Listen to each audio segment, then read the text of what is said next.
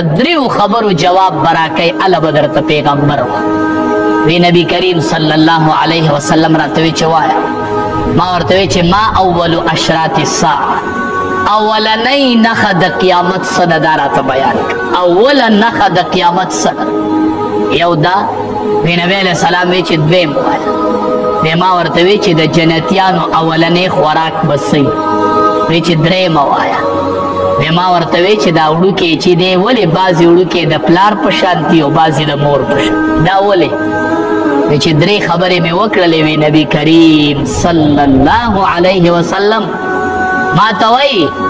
اوله نښه د قیامت به دی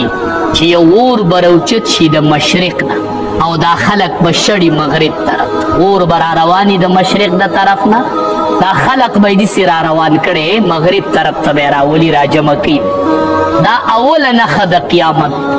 ما وی ټیک ما ورته وی چې د جنتیانو اولنی خوراک به څه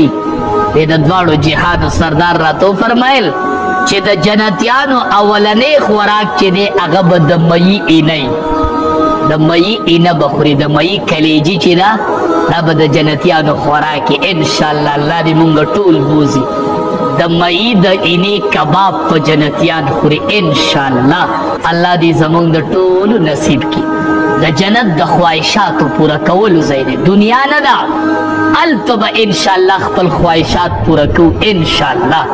صحابي نبی علیه السلام ته ویل ته به تا اینو ته خو به ډېر په لوی مقام یې د الله حبیبه نو موږ به دې اینو تا زیارت به کېږي نبی علیه السلام ورته وی او نو وی څنګه به دې اینو ډېره ګڼه به نه وي نبی علیه السلام ورته وی دا میاشت چې اول راوخیږي نو دې ته ټوله دنیا ګوري که نه وی چې خلق یې اینې نو څه تکلیف پکې مخصوصي نه وی دقه شان به ما دی یو صحابي پسې راغی د الله حبیبه وی تا وایي چې جنت کې به نیري د صفا اوبو نو وی د صفا اوبو نیر چی که نه دنیا کې نه په دې کې چې کورتکاڼي پراته وي نو ډېر خوند د اوبو کې چې کورتکاڼي نو وی د جنت په دې نیر کې به کورتکاڼي د دواړو جهانو سردار ورته وی او یې به خو به کورتکاڼي نه وي هغه به یاقوت او مرجان ابه یاقوت او مرجان صحابي پسې راغی وی خوب به پکې جنت کې به وده کېږو نبی علیہ السلام ورته فرمایي النوم اخو الموت نه خوب چې دی دا خو د مرګ ورور دی که نه او په جنت کې مرګ نشته نو په جنت کې به خوبونه نه خوب پکې نشته انشاءالله تش د خواهشاتو د پوره کولو دی نو اولنی خوراک د جنتیانو چې دی هغه د مئی اینه ده وی دریم سوال وی دا زوی ولې بعضې وړوکې د مور په شانتي او بعضې وړوکې د پلار په شانتي د دواړو جهانو سردار ورته وی خو چې د زنانه اوبه په نارینه او په اوبو غالب شي جو بچی پلار ته لاړ شي او چې د زنانه اوبه د نارینه په اوبو غالب شي جو بچی مور ته لاړ شي وی بالکل درست وی نبی علیہ السلام ورته وی تا چې څنګه تپوس وکړو اتانی جبریل راغی و اخبرني او ماته خبر ده تا تپوس وکړو جبریل امین راغی ماته وی د دې دریو خبرو جوابونه دادي عبدالله ابن سلام رضی الله تعالی عنہ یې زه لږ رامخې ته شوم ما وی د الله حبیبه دا لاس دې راخور کا وی نبی علیہ السلام لاس داسې کو او ما پکې لاس کېښود ما وی اشهد ان لا اله الا الله واشهد ان محمد رسول الله ما الله یو امنو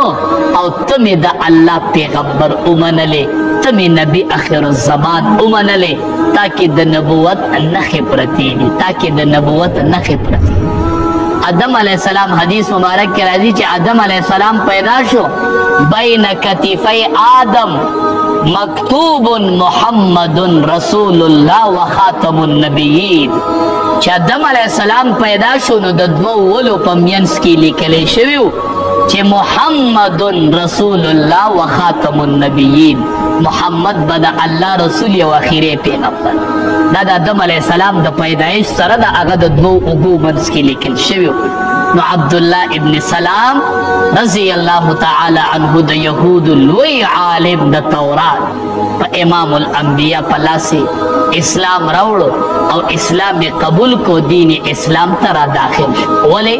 د امام الانبیاء تقریر واورېده وی افشوا السلام اطعموا الطعام